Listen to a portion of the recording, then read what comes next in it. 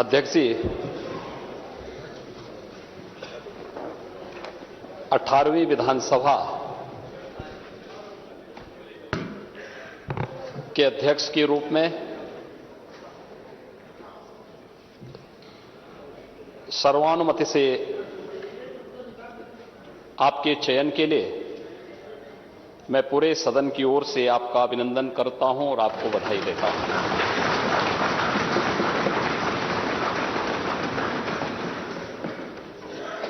ये बड़ा सुखद संजोग है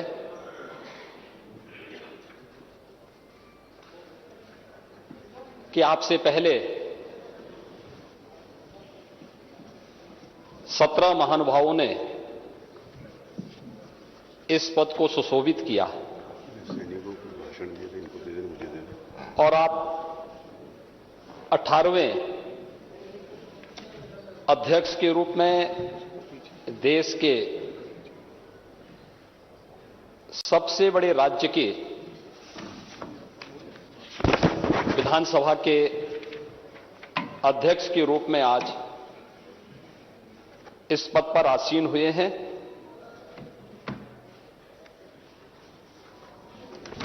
मैं हृदय से पूरे सदन की ओर से आपका अभिनंदन करता हूं।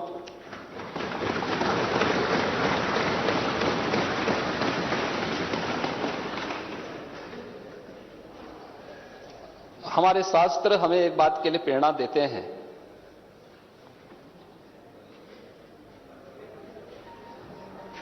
कि जब भी महान बनने का कोई अवसर मिले तो हमें इस अवसर से वंचित नहीं होना चाहिए। तैत्तिरीय उपनिषद ने भी कहा है कि भूत्वेन प्रमितव्यम, यानी महान बनने के अवसर से चूकना नहीं चाहिए और आपके नाम से तो महाना ही जुड़ा हुआ है।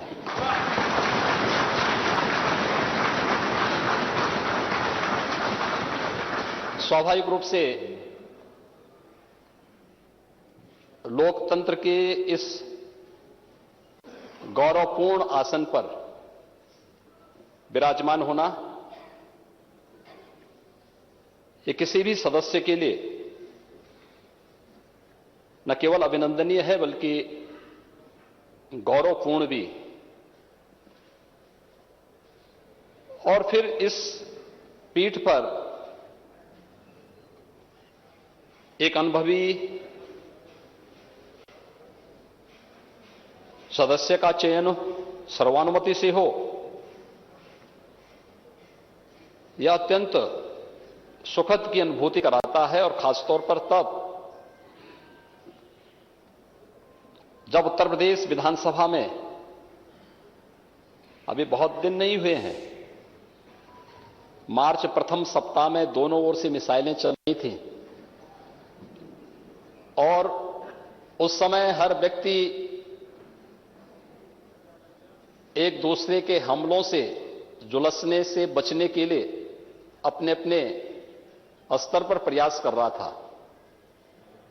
लेकिन यह भारत में ही संभव हो सकता है और भारत में भी उत्तर प्रदेश में ही कि राजनीतिक मतभेद भले ही कितने क्यों न हों, लेकिन लोकतंत्र को पुष्ट करने के लिए सर्वानुमति का रास्ता अपनाने और लोकतंत्र की गरिमा को और उसकी मर्यादा को बनाए रखने के लिए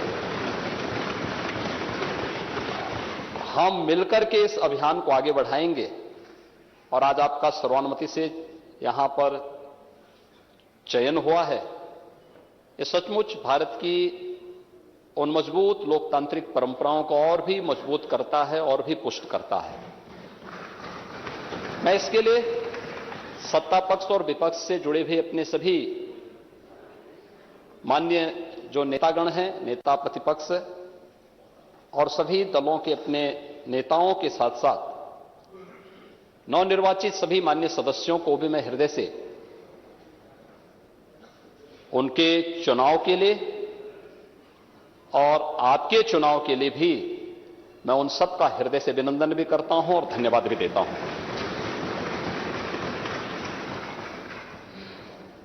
अध्यक्ष जी, जब हम लोग उत्तर प्रदेश विधानसभा की बात करते हैं तो इस विधानसभा के पहले अध्यक्ष के रूप में राजर्षि श्री पुरुषोत्तम दास टंडन जी का नाम आता है। उन जैसे मनीषियों ने इस सदन की गरिमा को, इसके उच्च संसदीय मर्यादाओं और मानदंडों को स्थापित करने का कार्य किया था और इसके बाद से श्री आत्माराम गोविंद खैर जी ने 3 बार उत्तर प्रदेश विधानसभा के अध्यक्ष को सुशोभित किया। श्री केसरीनाथ त्रिपाठी जी ने 3 बार उत्तर प्रदेश विधानसभा के गरिमामय पूर्ण पद को सुशोभित किया और आज जब हम 18वीं विधानसभा में हैं तो इस सदन के वरिष्ठ सदस्य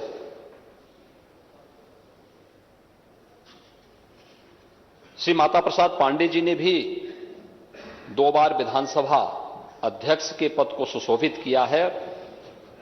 आज भी इस सदन के माननीय सदस्य चुने गए हैं।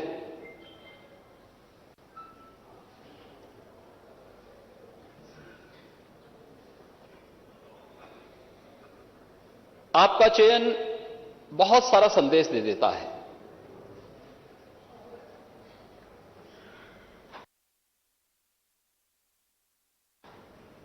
ये संदेश अध्यक्ष पद जैसे गरिमामय पद के लिए तो है ही, हमारी लोकतांत्रिक परंपराओं को पुष्ट और मजबूत करने की दृष्टि से भी महत्वपूर्ण है और उससे भी महत्वपूर्ण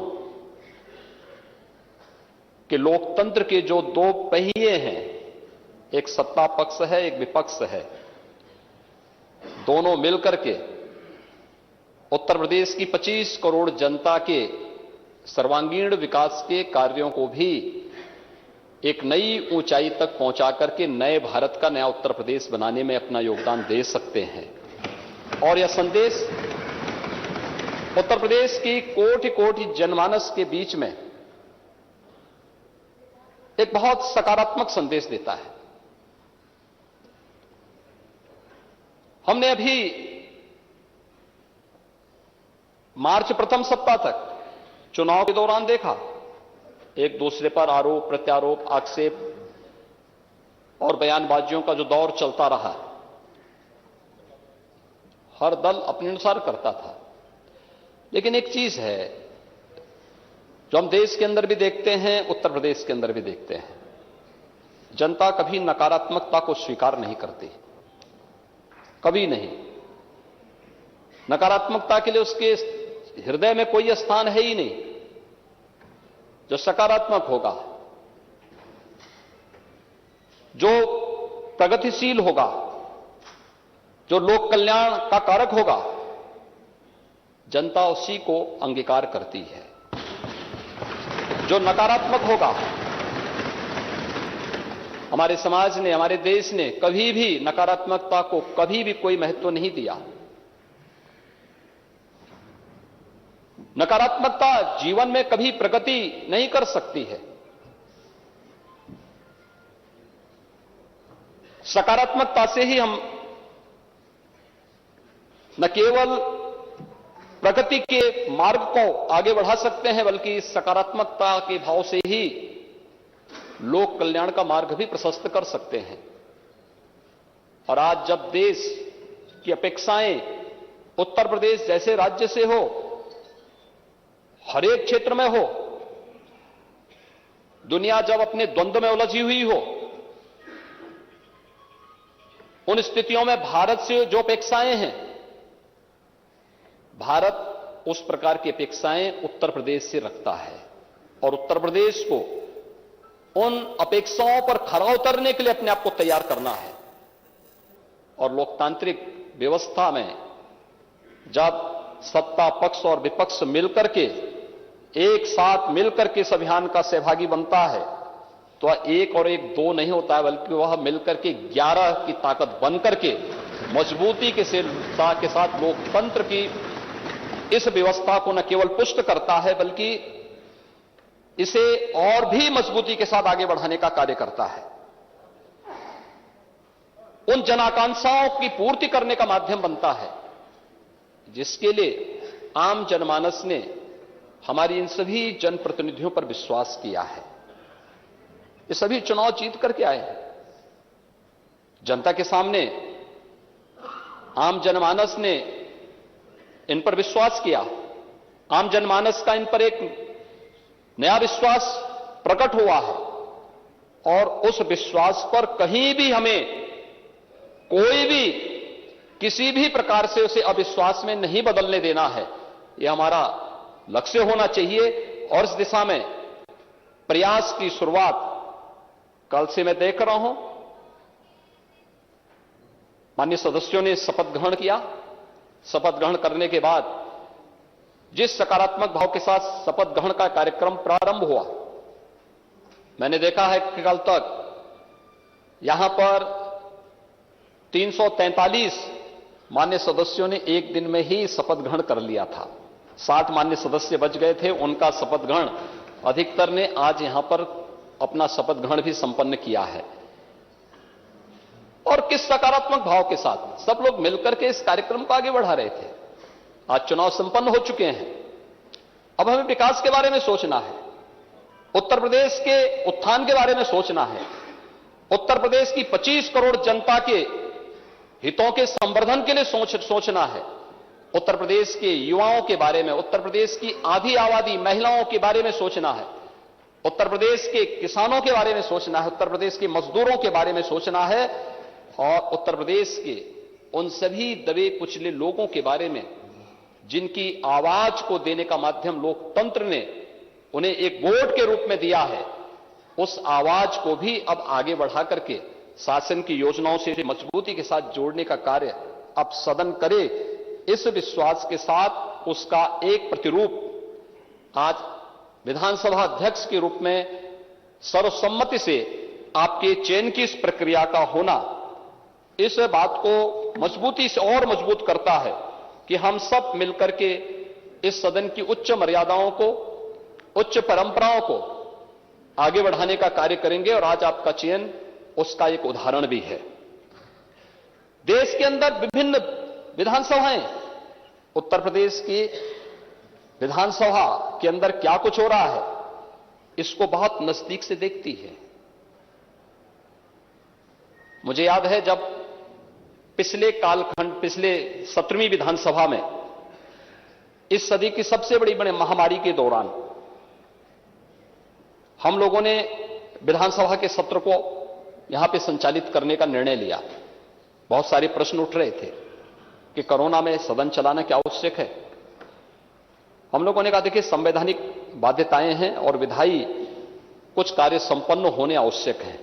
इस दिशा से हम लोग उसकी कोई एक व्यवस्था देने जा रहे हैं। हम लोगों का सत्र बहुत संक्षिप्त सत्र था, लेकिन सत्र कैसे हमने संचालित किया है, विभिन्न राज्यों से मेरे पास फोन आते थे कि कैसे आपने सदन का संचालन किया, कैसे इस कार्यक्रम को आगे बढ़ाया। और 17वीं विधानसभा तो इस मामले में बहुत रिच रही है कि उसने बहुत सारे ऐसे कार्य किए जो वास्तव में कार्यकाल 17वीं विधानसभा में सरकार को भी, माननीय सदस्यों को भी 3 वर्ष का ही कार्यकाल का एक अवसर प्राप्त हुआ था। 2 वर्ष कोरोना जैसी महामारी से जूझते हुए व्यतीत हुए, लेकिन उन 3 वर्षों में भी पहली बार सस्टेनेबल डेवलपमेंट गोल्स पर सदन में चर्चा हो सके और लगातार 36 घंटे तक चर्चा चल सके। शिक्षा के क्षेत्र में, स्वास्थ्य के क्षेत्र में, गरीबी उन्मूलन के क्षेत्र में, अन्नदाता किसानों के लिए, पर्यावरण के लिए कैसे हम उस विकास की प्रक्रिया को सतत बढ़ाने के लिए कार्य कर सकेंगे, इस पर चर्चा होती। इस पर इसी सदन में राष्ट्रपिता महात्मा गांधी की 150वीं जन्म जयंती के अवसर पर लगातार 36 घंटे तक हमारे सदन का चलना माननीय सदस्यों के मन में आम जनमानस के प्रति बसी व भावना को प्रदर्शित करने का एक माध्यम बना था। उसने देश के अंदर एक बहुत सकारात्मक संदेश दिया। मेरे पास तमाम संस्थाओं की ओर से इस बारे में संपर्क किया गया, कैसे इस कार्यक्रम को चलाया गया, क्या गोल्स निर्धारित हुए हैं, सरकार ने उस गोल्स को अचीव करने के लिए अपनी आगे की रोड मैप क्या तैयार किया है। इन सब पर एक सकारात्मक पहल आगे बढ़ी थी। यही सदन था जब हम लोगों ने 2019 में इसी सदन में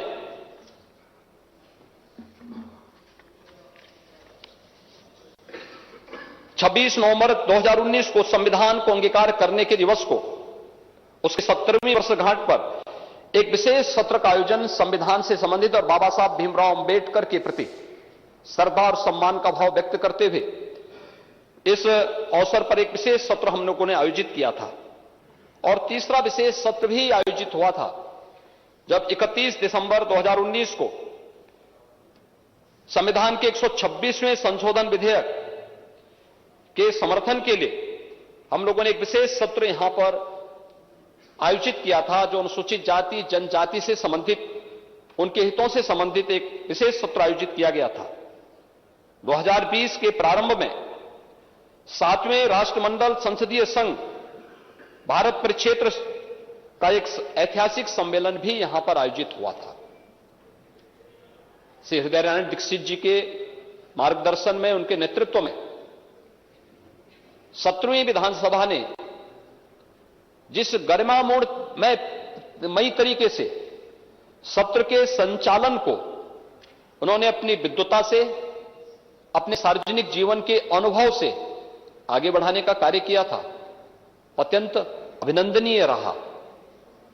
और उत्तर प्रदेश विधानसभा में जिन बातों पर चर्चा होती थी, जिन मुद्दों को यहां पर उठाया जाता था, उसकी गूंज देश के अंदर विभिन्न राज्यों के साथ ही प्रदेश के अंदर भी गांव और गलियों तक भी सुनने को, देखने को हम सबको मिलती थी कि आज उत्तर प्रदेश विधानसभा में जनता से जुड़े भी इस मुद्दे पर गंभीर चर्चा हुई है। आज उत्तर प्रदेश विधानसभा ने इस दिशा में एक नए प्रस्ताव को आगे बढ़ाया है। आज ये अलग अलग मुद्दों पर जनता के बीच में भी ये बातें सुनने को मिलती थी। वह एक बहुत सकारात्मक भाव होता है। और मुझे लगता है कि जब जनता अपनी विधायी संस्था को एक विश्वास के रूप में देखती है, तो हम मान करके चलें कि लोकतंत्र के प्रति आम जनमानस के विश्वास को प्रकटीकरण करने का सबसे अच्छा माध्यम होता है। और लोकतंत्र के प्रति आम जनमानस का विश्वास लोकतंत्र को सबसे ज्यादा मजबूती दे सकता है। और उस मजबूती का आधार हमें इस सदन को